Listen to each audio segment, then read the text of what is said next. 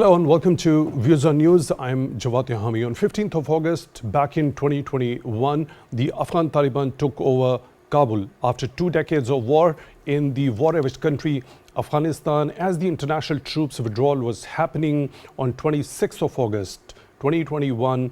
A horrific terrorist act was carried out near the Kabul airport that claimed the lives of at least 13 US service members as well as 170 Afghan nationals. IS at that particular moment had claimed the responsibility of that particular horrific terrorist incidents. Now, President Donald Trump, in his first address to the Congress, has talked about the arrest of the person or the terrorist who was involved in that particular horrific incident, saying, let me quote, "Tonight, I am pleased to announce that we have just apprehended the top terrorist responsible for that atrocity, and he is on his way here to face the swift sword of American justice." Unquote. At the same time, President Donald Trump has thanked Pakistan. Let me quote him. "I want to thank especially the government of Pakistan for helping arrest the monster." Unquote. After this particular acknowledgement and appreciation of Pakistan's efforts in counterterrorism, Prime Minister Shehbaz Sharif thanked President Donald Trump for this acknowledgement and appreciation of Pakistan's role in support in counterterrorism operations across the region. He posted on X, let me quote, "In the context of Pakistan's security forces' recent apprehension of ISKP's top-tier operational commander Sharifullah, who is an Afghanistan national, the wanted terrorist was apprehended in a successful operation conducted in Pakistan-Afghan border region. As is well known, Pakistan has always played a critical role in counterterrorism efforts aimed at denying safe havens to terrorists and militant groups the space to operate against any other country. We remain steadfast in our resolve and unwavering commitment to combating terrorism in all its forms and manifestations. In this effort, Pakistan has rendered great sacrifices, including the lives of over 80,000 of our brave soldiers and citizens. The resolve of our leadership and our people remain unflinching to eradicate the menace of terrorism from our country. We will continue to partner closely with the US in securing regional peace and stability." Unquote. Also, in another major development, Pakistan's Deputy Prime Minister and Foreign Minister Ishaq Dar received a phone call from the US National Security Advisor, in which the National Security Advisor conveyed President Trump's appreciation and thanks for the government of Pakistan's efforts in countering terrorism. Deputy Prime Minister, for his part, reaffirmed Pakistan's commitment to continue its cooperation with the US in the field of the counter-terrorism.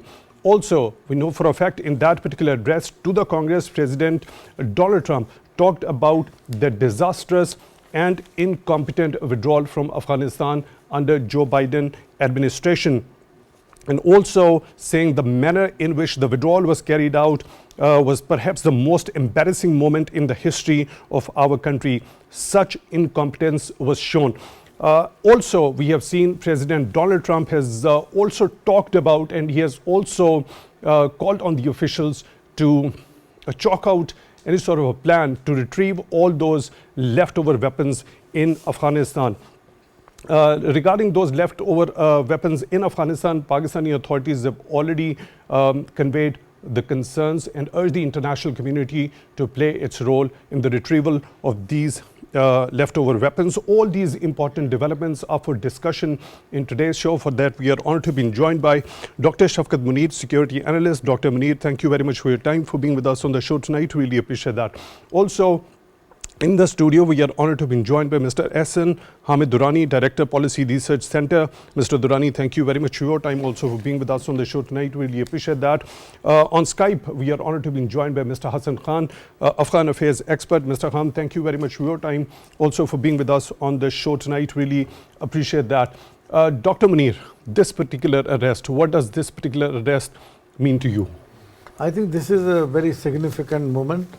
And that has actually shown the actual mood of the US administration under Trump.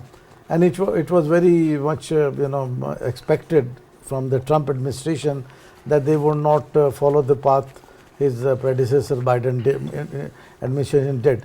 And that's why immediately they appreciated it. They acknowledged the efforts of Pakistan in arrest of this level of terrorists. I think this is a defining moment, I guess, in the fight which was inconclusive when the troops left. So that's why that's an important time when Pakistan have an international edge, which over our various programs we have been talking about what region can do, what international communities can do, and very issue of the weapons that is also on cards now. So these are all developments in the right direction, which certainly Pakistan will take up at the diplomatic level, and certainly with this kind of encouragement from the Trump administration, Pakistan would be extending its effort in that regard, which were earlier clear and which are now clear, that we cannot tolerate any kind of terrorism from this soil to damage any other soil. And that has been our demand from the Taliban regime as well, that they should control it and their soil should not be used against Pakistan. So I see this a very positive development in this direction. A positive development indeed. Mr. Durrani, when we talk with President Donald Trump making his first address to the Congress, especially thanking Pakistan in this particular arrest, the person Sharifullah was responsible for the loss of 13 US service members, 170 Afghan nationals at that particular time. Congress, the two houses over there in the US, the Senate and the House of Representatives, and the entire world seeing that particular address of US President Donald Trump being the first address to the Congress, especially thanking Pakistan. How significant that particular and how heartening it is when it comes to acknowledging and appreciating Pakistan's counterterrorism efforts and the kind of sacrifices Pakistanis have made over the number of years. I think it's very significant, and the whole world have been, of course, State of the Union is always a very important address for any president, and especially when it's the first address for an incumbent president. So, I mean, the whole world is watching, and every statement that the president makes is considered as a policy statement. Trump administration has not so far given its South Asia policy. So, the countries in the region are still figuring out what will Trump's South Asia policy look like. We do know what the Indo-Pacific policy of US or Indo-Pacific strategy is, but specific for South Asia. But I mean, if Trump has taken up this issue of counterterrorism and arrest of this highly wanted ISKP leader in his State of the Union, it signifies that and it indicates that counterterrorism will remain a priority for the Trump administration. And in regard that, when he thanked Pakistan's efforts for that, so I mean, it also indicates that Pakistan will be a partner in that counterterrorism strategy of the US. And with the things that are developing in Afghanistan, the situation that is emerging, the resurgence of all those terrorist groups that is happening. I mean, it's very important for the US administration to keep an eye on Afghanistan and engage Pakistan in holding the Afghan Taliban to accountable to their Doha deal, which says that Afghanistan will not be used, Afghanistan's soil will not be used against its neighbors, against international communities for terrorist and insurgent activities. So I mean, this indicates a partnership. And then on the same day when the National Security Advisor of US calls our Deputy Prime Minister, I'm sure that these developments would have been discussed, and I'm sure that things are moving in the right direction, especially in terms of counterterrorism cooperation between Pakistan and Afghanistan and the US. And especially what happened in Banu yesterday, you must have noticed that 16 of the fighters that came to the Banu cantonment were from Afghanistan. They were identified, and then they were returned to Afghanistan as well, their dead bodies. So I mean, this is really concerning for Pakistan as well. And Pakistan being a non-NATO ally of the US, and Pakistan and US share 2 decades of cooperation, more than 2 decades actually, if you go back to the previous Afghan regime as well. So I mean, this cooperation has been there. I mean, there are ups and downs in this counterterrorism cooperation, but at the core level, it has always been there. So I mean, this is really significant. I mean, I'm I'm shocked why not, this is not being taken up more by the media, the statement of the President Trump, especially with regards to Pakistan. Okay, Mr. Khan, what's your understanding regarding how do you look at this particular acknowledgement, appreciation of Pakistan's efforts in counterterrorism domain, and particularly when we talk about this particular arrest, this terrorist, Sharifullah, was responsible for the Abigail terrorist attack at that particular moment. What's your understanding regarding that, and what about this particular person is in question?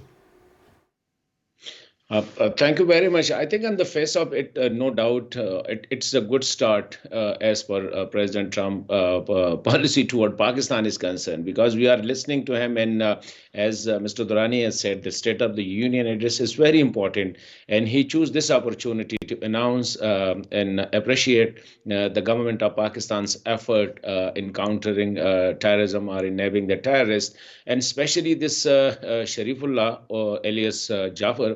It was a very important case. It's not only that he attacked on 26th of December 2021, the Hamid Karzai Kabul airport, where on that very day thousands of people gathered, and the Americans were just in haste, and they were withdrawing, and they were just boarding the planes going back to the US. And on that very day, this incident happened where 13 American soldiers died and 178 others Afghans have been killed in that. So it was a very big attack, and I think no doubt by all standard.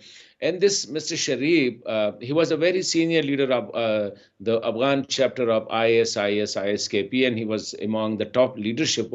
He was also reportedly instrumental in the Moscow club attack. There were reports that he was the person who trained the gunmen for that attack. He was the person who provided the weaponries for that attack, and he planned it. And it's quite interesting that he was arrested in 2019 by the NDS, the former Afghan government security institutions, National Directorate of Security, and he was released from the prison on 15th of August 2021, just almost 10 days before he executed the terrorist attack. So he was a very important person, and he was very, I think, among the top of the ISKP leadership. So definitely, when Trump acknowledged, it means that we hope that it will not be just restricted to that particular incidents. And as for the telephone call of the NSA to the Deputy Prime Minister Ishaq Dar, it means that they are interested, they are taking interest in further engaging with Pakistan, especially in the field of counter-terrorism. Pakistan has been, I think, fighting since long, and I think more from the day when the US withdrew its forces from the region. So I think it will be a great realizations, and I think very good for Pakistan if the new American administration realized that the leftover things in Afghanistan, whether it is the US weapons, whether it is the terrorist hideouts in Afghanistan, whether these are I think the various terror networks or syndicates which are operating from Afghanistan. So they are posing a threat not only to the regional countries, either to Pakistan, China, Iran, and Central Asian countries, but they can pose a big threat to the US interest outside this region. So if there is a realization that there is Al-Qaeda, there is ISIS, there is TTP, there is ETIM, there is IMU, and there are other terror networks which are using the Afghan soil for their training purposes, for their boarding and lodging purposes. So definitely the world, a day will come when the world will feel the heat. So it is, I see that it's a very important development on part of the new US administration, that from the word go, they realize that realization of these important factors that you have just mentioned, Mr. Khan, I'll come back to you one by one on all of these factors, particularly when we talk about the leftover NATO caliber weapons after that particular international troops withdrawal, also presence of dozens of these militant and terrorist organizations using Afghan soil against the regional countries, which could lead to an extra regional threat, posing a threat to the US also. but specifically talking about the kind of vigilance, the kind of sacrifices, Pakistani nation in particular, when we talk about the soldiers, the law enforcement agencies, the armed forces of Pakistan, the security agencies have been rendering over the years. This particular arrest, how do you see that? How bigger a success this particular arrest is for Pakistan's security apparatus? How bigger it is going to enhance the morale overall? I think this is, as I said, that Mr. Sharif, he was not an ordinary terrorist. He was not a person who was just doing the straight terrorist act. He was a planner. He was an executor, and he was of the top leadership of the ISKP. So he was not an ordinary terrorist. So his cage, and I think his arrest is no doubt by all means. It is a big development for the Pakistan security establishment. And look at the day. I think the day President Trump took over, the first task he assigned to his national security advisor was to go and catch that person who killed 13 Americans when the U.S. forces were withdrawing from Afghanistan. So I think hardly in a period of a month, by the mid of February, Pakistan intelligence operators has not only with the American collaborations, not only located his hideabouts, but also arrested him. So I think it is not only the confidence which our security guys, our intelligence establishment, they knew how to work. But I think it is also there will be a great confidence of the American establishments, or the international community, and the strength of and competence of the Pakistan security establishment, that they have the capability, they have the will to fight. If the world come and give us some support, or especially as for the counter-terror policy is concerned, approach is concerned. So I think for the Pakistani government, for the people of Pakistan, and particularly for our security establishment, it is the appreciations not only by the American administrations or by the rest of the world, but the people of Pakistan will have also a much more confidence that they have the capability. Our security establishment has the capability to go and catch a big person like terrorist, such a high-profile terrorist. Mr. Khan, I'll come back to you. Let me proceed once again to Dr. Munir. Dr. Munir, what sort of a message does it send across this particular arrest when Pakistani law enforcement agencies, security forces, the armed forces of the number of years had been fighting this particular war against terror, being determined with sacrificing so much on this particular front? This particular arrest, how morale boosting that is? First of all, the lesson is that Pakistan is capable, Pakistani agencies are capable of handling such high targets. Second message is that now, this war would have to end, because Pakistan has already succeeded the previous war on terrorism. So this war would also be going towards an end. And particularly, I would say this success is kind of a gift to the new administration to move forward. And that's the chip. If the new administration thinks that they really want to take their weapons back or their influence back in the region, they certainly have to have an engagement policy instead of the previous government's, previous administration's disengagement policy. So the second message is that there is an engagement, there is a political level, high level engagement, where the president in the first union address has mentioned and thanked Pakistan. That's a great message. Second, that there is a follow-up between the NSA and the Deputy Prime Minister. So these kind of messages are very clear that now there will be a new hunt, and that will be a continuous hunt for these terrorist groups inside Afghanistan. Right, Mr. Durrani, you were already talking about the counter-terrorism cooperation between the two countries over the years, even dating back before when the international forces came here in Afghanistan.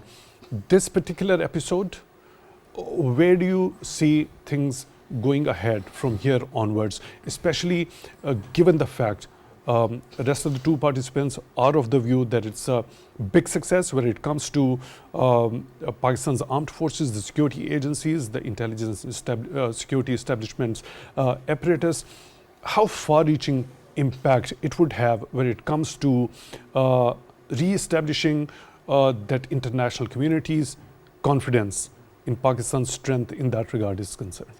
Yeah, I think the first part of your question is that how do I see the cooperation going forward, especially after this success that Pakistan had with capturing and delivering this high-value target to the US. I think it will give a big boost to the already existing cooperation. But I mean, for Trump, since his policy is not to engage in foreign wars anymore or have boots and grounds anywhere. But that said, over the horizon, counterterrorism cooperation has always been a policy for the US administration, and that will it looks like that will continue, because ISKP has been one of the most potent threats that is still a threat to the US homeland, not just to US allies in the region, but to the US homeland. And if you see the literature of ISKP, it's repeatedly target the US and its allies through the narrative. So that will exist, and Pakistan will be a key factor and key ally in that, because the US is not going to send its troop again to the region, especially not under Trump's administration. That is not going to happen.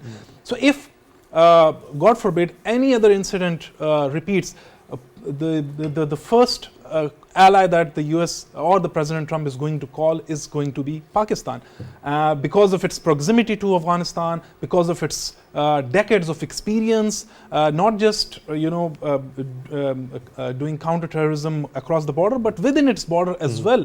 Pakistan has successfully, during Operation Zarb-e-Azab, cleared the areas of Swat and all these regions from TTP safe havens. So I mean, Pakistan is going to be the first ally, and this cooperation is going to remain. And we have seen that US has these military training programs, especially focused on counterterrorism for Pakistani forces. That was part of the program. Actually, it was that program was when Trump came, that program was suspended, but then again it was resumed.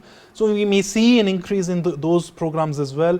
Although Trump's policy is not to give aid, he has suspended USAID globally, and he said that those dollars should be spent within the US. But we can expect, in terms of counterterrorism, some cooperation going on in terms of increasing Pakistan's capacity to position itself as a potent hurdle to ISKP's growth, especially across this AFPAC region. So I mean, enhancing Pakistan's capacity in order to deal and address that particular threat that ISK poses, using Afghan soil, not only to this particular region, but to the entire globe. Exactly. Exactly. What could be those mechanisms? What are your recommendations in that particular way? What could we be expecting or looking forward from the US administration in particular, especially after this particular episode? Yeah, I mean, yeah. Importantly, I mean, US can, our cooperation can extend beyond just giving, trainings. It can goes to providing technology, for example, surveillance across surveillance drones, border security. Technology, reinforcing borders, and all these different technologies that geospatial technologies, access to those, intelligence sharing between Pakistan and US, enhanced intelligence sharing between US and Pakistan on counterterrorism specific issues, especially with regards to high value targets, the movements of those ISKP fighters within Afghanistan. And I think that should extend beyond just ISKP. There is a clear connection between TTP and ISKP. The TTP fighters are defecting, and the Afghan Taliban have also admitted that the TTP fighters are defecting to ISKP. So there is a connection between TTP and ISKP as well. So I think that counterterrorism cooperation between the US and Pakistan can extend to TTP as well. And I think that should be the ultimate conclusion of it. If the TTP's head is cut off, it can ultimately put a stop to ISKP. Right, Mr. Hassan Khan, TTP remains to be an absolute red line for Pakistan. ISK, which poses a threat to the US being one of the primary concerns of the US authorities. Now, given this particular equation, what Pakistan, after this particular successful episode and such a grand appreciation and acknowledgement on part of the US president, expect from the US in the days to come when it comes to dealing with that absolute red line, Fitna al-Khawarij, the banned Tehrik-e-Taliban Pakistan? Look, Pakistan is quite clear as far the TTP or Fitna al-Khawarij is concerned, or the other terrorist networks operating from Afghanistan. Pakistan is quite clear that there shall be no more terrorist safe haven in the region, and either threatening Pakistan's or other regional countries. So Pakistan has a quite clear position. But now it's up to Pakistan how it is engaging the new administrations. And it is a positive sign that, as I said earlier, from the word go, the Trump administration has responded positively to the successful, I think, Pakistan's counter-terrorism success, especially arresting the terrorist of ISKP, Sharifullah. So now it is up to Pakistan to market it further, to engage and convince the new administrations to let's begin a new journey. As Mr. Durrani says, that Pakistan and US has a long history of cooperating with each other, fighting against the terrorists, especially the long fought war on terror, almost a 2 decades long war on terror, which Pakistan and the US were together in those efforts. So US is not new to the region. Pakistan is not new for the US administration, especially the US security establishment. Now it is for Pakistan to get engaged with the US establishment, particularly the CIA, the Pentagon, or the State Department, and carry it further. I think it shall be a base for it. Pakistan is ready to cooperate. Pakistan is ready to cooperate with the US or with the international community in fleshing out or clearing this region from the terrorist syndicates, etc. I think we need to engage our own civil society, our own parliament, our own government and different institutions. If we have our own policy which is marketable, and we convince the world that Pakistan is not only doing it, but Pakistan has a comprehensive plan to finish it, to eliminate the whole threat. So I think that will be not only good for Pakistan, the international community, and particularly the Trump. That's your point, Mr. Hassan Khan, very important point that you had just made. You were already talking about a number of factors when it comes to the leftover weapons in Afghanistan, also that historic Doha peace deal. Let's specifically start from here, the Doha peace deal. Then we'll be heading towards that particular aspect of how that could be a possibility of retrieving those NATO caliber weapons from Afghanistan or from the terrorist hands. Now, when it comes to the implementation of the Doha peace deal, it was during the previous administration of President Donald Trump that this particular historic deal was struck between the Afghan Taliban and the US. Do you think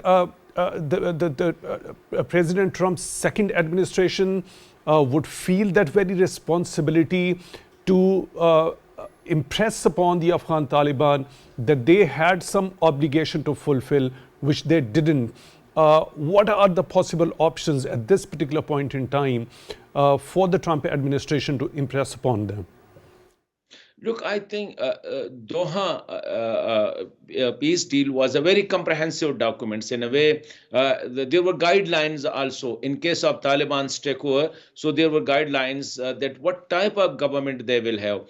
There was this definition of all-inclusive government. So far, there is no all-inclusive government. There will be accommodating the others. Others mean the opposition. So opposition have been flushed out from Afghanistan. How they will deal with the minorities and the women. So we know the way Taliban are dealing, particularly with your own women. So, but on the 5th anniversary of Doha agreement, it was, I think, few days. It was in the last week of February. The Taliban spokesperson, the Amarat Islami spokesperson, Zabihullah Mujahid, announced that Doha peace deal is no more workable.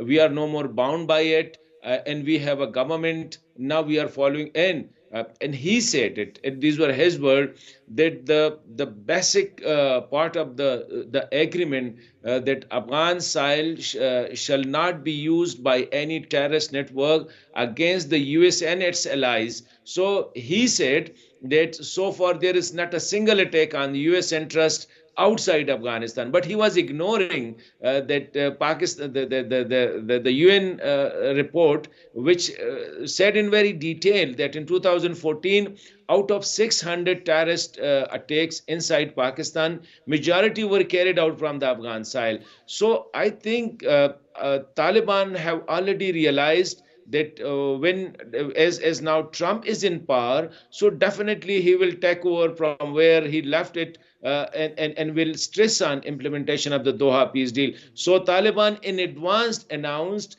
that they are no more, the Doha peace deal is no more active, and it is now finished. They are following their own government policy. So I think you raised a very pertinent point, that this deal was signed by the Trump administrations, his representative Zalmay Khalilzad.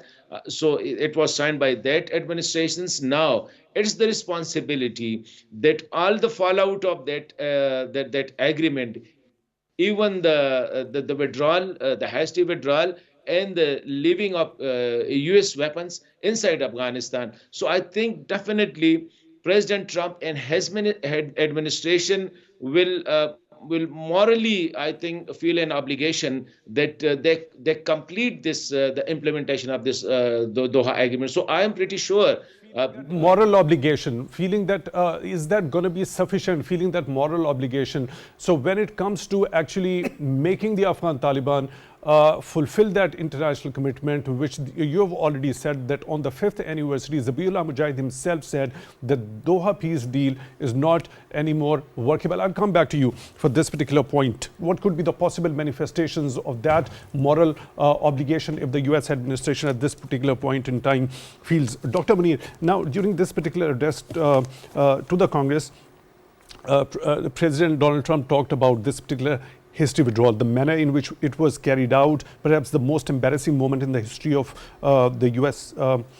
Also, such incompetence was shown, terming it as disastrous and incompetent. My question to you is, had it been not that way, do you think the picture on the ground could have been different? I think this could have been different if this withdrawal would have been with the consultation of the allies and with the proper planning. In one of the earlier programs, and we did on that, at that time I also mentioned that there is a withdrawal strategy always, but there was no strategy. Without a strategy, they have to go back, and that's why there was a weapon leftovers and many other things. And now the Trump administration is there, and you know, the tone, body language of President Trump is very different, because he is reversing everything which was, he thinks that it was wrong for United States. So he says United States first. So he wanted to, you know, again restore the glory of United States, which he thinks was destroyed because of the hasty withdrawal. So I think that gives us a leverage here in this region, that there would be another kind of a cooperation in this region, particularly around terrorism, because the way American left now, there is an interest with the new administration that they have clearly defined the interest. One is the weapons, you know, taking back the weapons, and secondly, they would not spare the terrorists who have been involved in this tragedy and other areas. So that's the point where actually we have to on two grounds. What about those terrorists? What about those elements who have been involved in hurting Pakistan? Pakistan being the front-line ally in the war on terror for 2 decades. Okay, we understand it's the US interest to go and hunt down those who directly affected the US. What about the allies, and especially the front-line ally? Pakistan was suffered so much, as Prime Minister has talked about, the great and relentless sacrifices made by Pakistan. Pakistan has rendered great sacrifices, including the lives of over 80,000 of our brave soldiers and citizens. Yet Pakistan remains steadfast with that unflinching resolve to eliminate this particular menace. So what should be expected now when it comes to this re-engagement alleviating Pakistan's concerns? Certainly, you are right. When these re-engagement will start, everything will be on the card. It is not that only American interests would be taken care of. Pakistan would put on the table their demands and sacrifices they have done, and what caused more damage to Pakistan in terms of hasty withdrawal. So within the hasty withdrawal, things would come up from Pakistan as well, and they will be considered equally because if America, as we consensus is here when we are discussing that there will be no American troops again, but solution will be within the region with a key role in Pakistan. So when Pakistan will be in a key role, all these things would come on the table. So do we see that, or should we be expecting only when it comes to partnering in this particular new episode, when it comes to addressing this particular challenge of resurgence of terrorism from the Afghanistan's soil? We've seen Pakistan's been facing challenges when it comes to these sort of counterterrorism operations, of course, require a lot of resources also. What sort of expectation should we be At the moment, Pakistan is doing from its own resources, because all these terrorist operations, the intelligence-based operation, which are getting successful, and some of the sporadic incidents are coming up also, and that's also a reactive kind of a strategy from the terrorists. But when they would like to go inside Afghanistan, for example, for withdrawal of the weapons from there, then Taliban would be there, Pakistan would be there, US and other regional troops and other regional groups will be working on it. There are two things basically what Pakistan need to do is that, one is that to look at this opportunity and work closely with the United States and other regional forces. Right. If again we will be doing any deal with US alone, that might not be that feasible. So we should take the other, in the region, other countries together with this new kind of engagement. So we have to be both on that international also. Mr. Durrani, you already talked of that President Trump is not interested to wage a new war. He wouldn't definitely be by that yardstick. He wouldn't be interested to put the boots on the ground when it comes to addressing the situation in Afghanistan. More interestingly, during the first cabinet meeting, he talked about the tens of billions of dollars of leftover weapons in Afghanistan. Let me quote: "We left billions, tens of billions of dollars worth of equipment behind brand new trucks. You see them displayed every year or their little roadways, some place where they have a road and they drive the, waving the flag and talking about America. That's all the top of the line stuff. I think we should get a lot of that equipment back." In that particular, he's also suggested the United States should consider re-invading Afghanistan to reclaim military equipment left behind after the chaotic troop withdrawal in 2021. How do you look at that? Could that be a possibility now? If he's not, his policy, we've known for a fact during his election campaigns, he's been anti-war narrative. What about this during the first cabinet meeting? But the issue that he is addressing is really important to be addressed when it comes to retrieving those leftover weapons in Afghanistan. Yeah. But do you think that could be a possibility to put the boots back on the ground? To be frank, the statement regarding sending troops again to recover the leftover weapon, I think it's just a rhetoric. And Trump is known, for having a rhetoric. It's not possible. It's not his policy, and there's no mood in the U.S., especially with U.S. Citizens, to wage another war, especially in Afghanistan, in which they have been entangled for 2 decades, and the withdrawal, the hasty withdrawal that they have done, has created, ripple effects that even the region is still facing. To be frank, the leftover weapon, it is estimated at some 7 to 8 billion US dollar. First of all, that leftover weapon was not the US leftover weapon. That was the leftover weapon of the Afghan National Defense Security Forces, ADSNF, which was provided by the US actually.